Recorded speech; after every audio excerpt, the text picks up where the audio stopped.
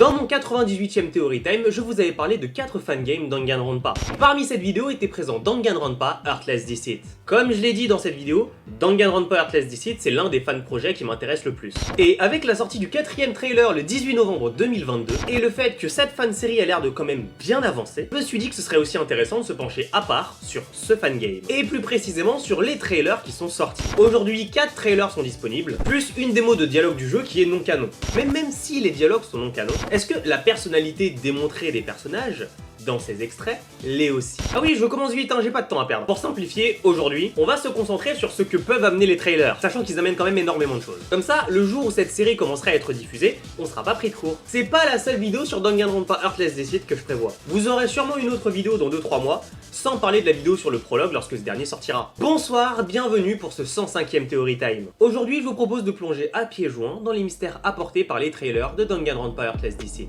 Et croyez-moi, il y a pas mal de choses à dire. C'est parti.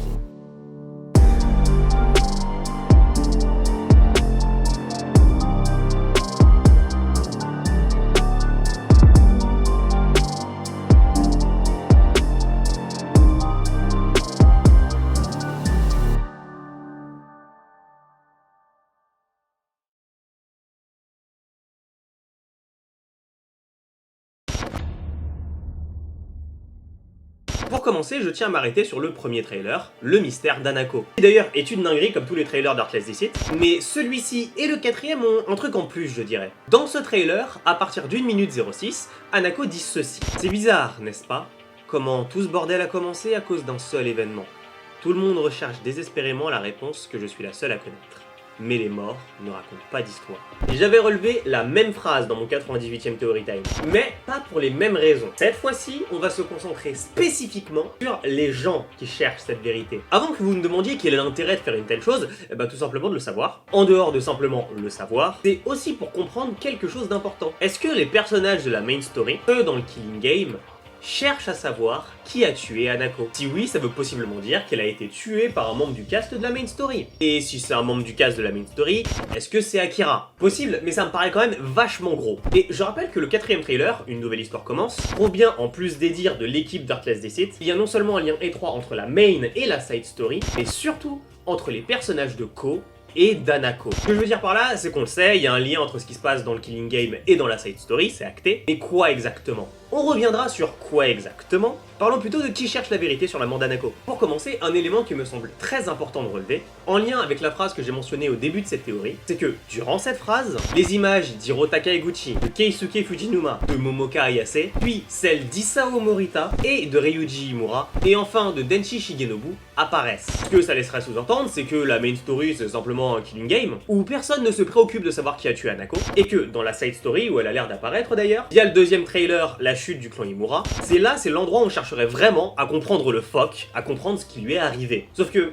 ça paraît bizarre. Je vous ai dit aussi dans mon 98e Theory Time que dans le synopsis de Danganronpa Heartless Deceit, c'est à la cérémonie de remise des prix de l'Institut EOS que le mystère a refait surface. De facto, c'est par la présence du cast de la main story que le mystère a refait surface à l'endroit où sont ces derniers. Donc, pourquoi eux ne chercheraient-ils pas aussi qui a tué Hanako? Personnellement, je pense que c'est parce que c'est incohérent. Ça ne paraît pas cohérent que le cast de la main story ait comme objectif, tout du moins dès le début, de savoir qui a tué Hanako. Et si vous vous demandez pourquoi, il y a 2 raisons à ça. La première étant assez débile, on est d'accord qu'actuellement, la vérité que tout le monde cherche, c'est la vérité autour de la mort d'Hanako. Alors, pourquoi si on considère que le tueur est un personnage de la main story, puisque ce serait beaucoup plus logique s'il cherche qui a tué Hanako que ce soit quelqu'un qu'ils aient en face d'eux, pourquoi tout le cast a disparu, et pas simplement le tueur? Et l'explication que, si ça se trouve, la seule personne qui survivra à ce Killing Game sera effectivement la personne qui a tué Hanako, ça me paraît un peu gros. Déjà parce que je vous rappelle que selon les règles normales d'un Killing Game, ce dernier s'arrête automatiquement lorsqu'il ne reste plus que 2 personnes. Et que dans le cas où il en reste seulement une à la fin, ça paraît extrêmement suspect, et encore plus suspect d'un point de vue extérieur. Ce que je veux dire, c'est, imaginons ceci. Vous êtes dans un Killing Game avec 16 participants, et ce dernier respecte les règles classiques d'un Danganronpa. Donc 2 morts par chapitre, sauf au chapitre 3 où il y en a 3. Il reste donc, à la fin du chapitre 5,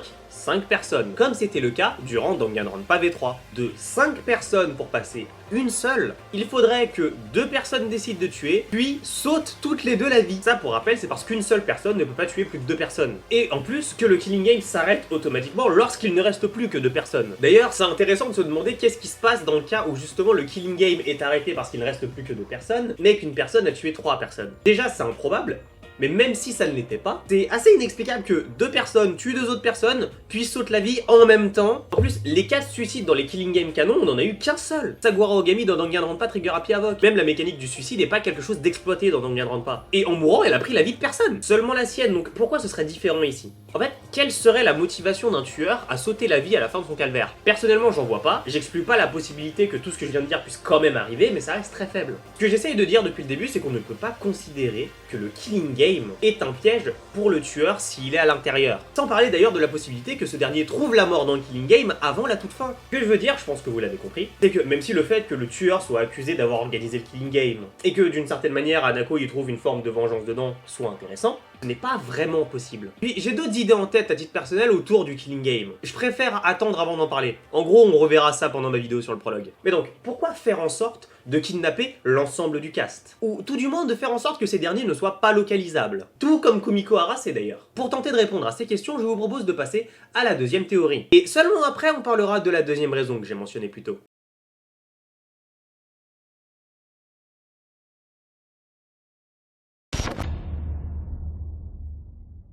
Un truc vachement bien dans cette vidéo, c'est que les théories se suivent mais de manière parfaitement logique. Soyons sérieux 2 minutes. Quel est l'intérêt de l'existence de ce killing game? Ça, évidemment, si on considère que la personne qui a tué Hanako n'est pas dedans.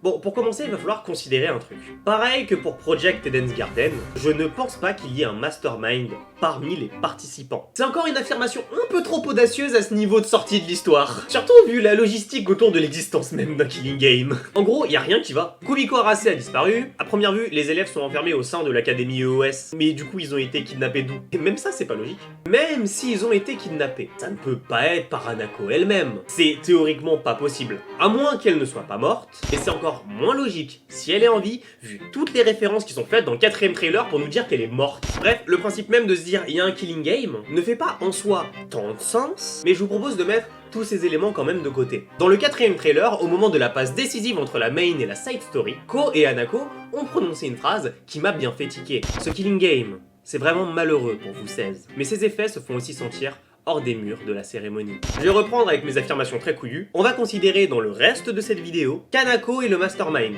C'est pas logique, mais c'est la seule explication claire pour l'instant. Si Hanako avait la possibilité de mettre en place tout ce bordel qui est Danganronpa Heartless Deceit, son but serait logiquement de vouloir faire en sorte que la lumière soit faite sur son meurtre, à minima. Peut-être également la vengeance, mais c'est pas le sujet. Créer ce killing game, créer cette cérémonie de l'EOS, comme le dit Hanako, a bien 2 effets dans le monde extérieur, dans la side story. Premièrement, on le sait, les Yakuza recherchent les kidnappés. C'est dit indirectement dans le 4ème trailer. Et dans la première théorie, on a déterminé que les Yakuza cherchent le coupable derrière la mort d'Hanako. Ça, d'après les dires du premier trailer. Alors, est-ce qu'il y a un problème dans ma première théorie? Ou alors, est-ce que je suis en train de faire fausse route? En fait, je dirais que quand Hanako parle de la vérité que elle seule connaît, elle fait référence tout autant à sa mort qu'à la EOS Award Ceremony. Dans le cas où on considère que c'est le mastermind, effectivement. Maintenant, la question pour les Yakuza, c'est pourquoi, en plus de chercher où sont les ultimes, il cherchera à savoir qui a tué Hanako. Eh bien, c'est sûrement à cause du 2ème effet qu'a l'existence de ce killing game sur l'extérieur.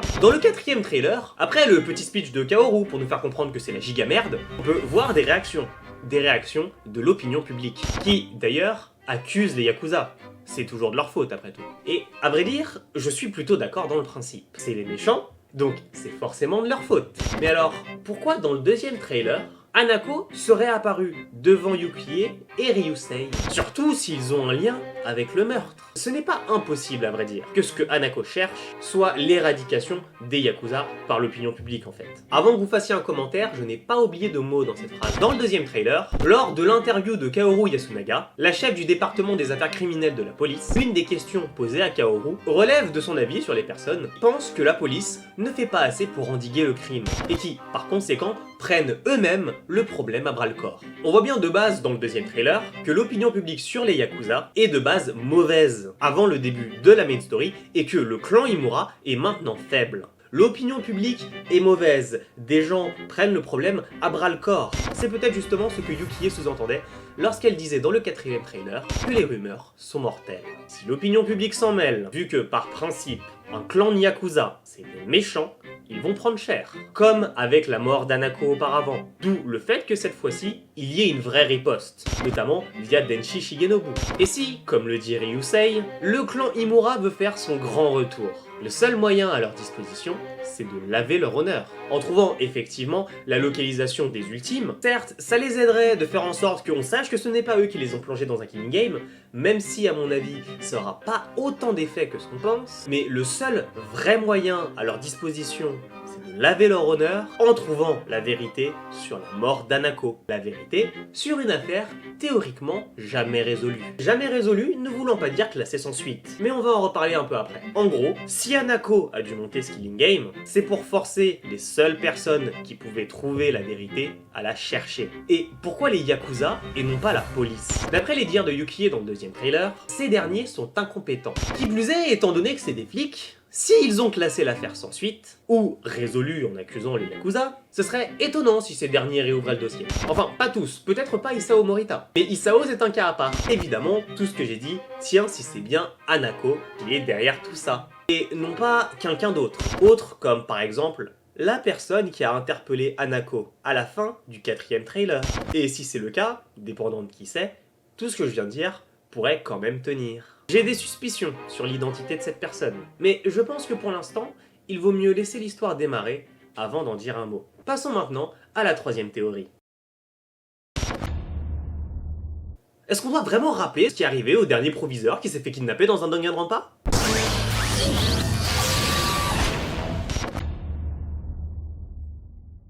Désolé, j'étais obligé de faire une référence aussi débile dans le titre de cette théorie. Néanmoins, ça ne change pas le propos de ce que je vais développer ici. Comme je vous l'ai dit tout au début, il y a 2 raisons expliquant pourquoi le fait que le cast de la main story ne cherche pas la vérité derrière la mort d'Hanako est incohérent. Et la deuxième est qu'ils n'ont, à vrai dire, pas vraiment la possibilité de la connaître. Pour 13 d'entre eux. Akira a travaillé avec les Yakuza, peut-être qu'elle a entendu des trucs. Les jumeaux Morita pourraient sûrement découvrir des choses aussi, voire avoir une idée, mais disons que pour l'instant, c'est pas possible enfermé entre 4 murs. À moins qu'Hanako fasse des apparitions dans la main story, devant les élèves, ou même via Rei Fukuno, vu que ses talents de chaman ont déjà servi à résoudre des crimes. Mais non, vraiment, je pense que si Hanako doit faire des apparitions, c'est vraiment là où on cherche les raisons de sa mort. Surtout qu'il y a pas mal de choses qui me font penser que la police a bien plus à se reprocher qu'il n'y paraît. Déjà dans le 2e trailer, Ryusei nous raconte l'histoire du clan Imura. Pour rappel, ce dernier est lié aux racines même de la société japonaise dans Earthless Deceit. Dirigeait même le Japon dans l'ombre. Pour autant, un point qui me fait tiquer, c'est que si le clan Imura avait tellement de pouvoir, ils avaient aussi, et très probablement, une influence sur la police. Alors, pour quelles raisons ont-ils été tout de même accusés? Il y a 2 possibilités. Soit l'opinion publique a changé d'elle-même après avoir découvert une telle affaire. Une fille qui n'existe pas, retrouvée morte, mais qui porte le seul symbole qui pourrait prouver qu'elle est liée au Yakuza et par conséquent au clan Imura. Un tatouage, forcément ça fait parler. Et ça peut faire douter de tout, même quand il n'y a absolument rien. On va rester sur cette possibilité, d'accord? Disons que l'opinion publique ait changé d'avis elle-même, et que cette affaire a été classée sans suite par la police. Les Yakuza ont donc dû subir les effets de toute cette histoire. Comme le travail des forces de l'ordre, c'est de faire respecter l'ordre et la loi, ils auraient donc dû lutter contre les Yakuza. Ce que fait Kaoru Yasunaka d'ailleurs. C'est écrit dans sa bio et c'est même visible dans le 2e trailer. Autre chose de visible dans le 2e trailer encore, c'est sa réaction face à Selle qui décide de prendre à bras le corps le problème de la criminalité. C'est vrai que si on considère que l'opinion publique a changé d'elle-même, c'est dangereux pour des civils. Et la police est maintenant bien là pour ça, bien là pour endiguer le crime et endiguer les Yakuza. Par contre, si on considère que l'opinion publique sur les Yakuza n'a pas changé d'elle-même, on pourrait penser que si Kaoru ne veut pas que les civils s'en mêlent, c'est pour qu'ils ne fouinent pas là où ils ne devraient pas fouiner. Puis même, ils ont raison de s'en mêler. Demandez encore une fois à Yukie si la police est compétente. Si elle pense ça d'ailleurs, ce serait pas justement parce qu'il se serait potentiellement mangé dans la gueule l'accusation des forces de l'ordre d'avoir tué Hanako par hasard? Et si c'est le cas, comment ils auraient pu se manger tout ça, sachant qu'ils avaient potentiellement une main sur la police? À cette question, si on considère que c'est bien la police qui a permis que l'opinion publique change de regard sur les Yakuza, le tout via cette affaire, je pense que la réponse est d'un certain côté plutôt évidente. Si Kaoru était déjà en poste au sein de la police, Pas forcément en tant que chef du département des affaires criminelles, mais à un poste suffisamment haut pour, dans tous les cas, imposer ses idées et ses idéaux. Vu son sens de la justice, et ce que sont de base les Yakuza et le clan Imura, à savoir une mafia, il n'est pas impossible que cette accusation vienne d'elle. Pour ses idéaux en soi, ce ne serait pas étonnant si elle ait pris ce risque. Qui plus est, c'est peut-être aussi pour ça qu'on dirait plus une rockstar qu'une policière, Kaoru. Ce que je veux dire par là, c'est que si effectivement elle a été la figure médiatique de proue pour changer l'opinion publique, si les Yakuza commencent à avoir une image négative, en se montrant elle et la police comme luttant à bras le corps contre les Yakuza, c'est sa réputation qui n'en sera que meilleure. Pire, elle sera même adorée, adulée, alors qu'après tout, elle ne fait que son travail. Son travail en accusant à tort et sans preuve le clan Imura. Peut-être même d'ailleurs en connaissance de cause. Et si cette théorie est vraie, ce que je me demande en fait, c'est jusqu'à quels extrêmes Kaoru pourrait aller et pourrait faire aller la police pour endiguer le crime. Je ne l'accuse tout de même pas d'avoir pu orchestrer la mort d'une fille qui ne devrait pas exister. Je dis juste que cette possibilité n'est pas 100% improbable, mais qu'elle va à l'encontre de ses valeurs personnelles.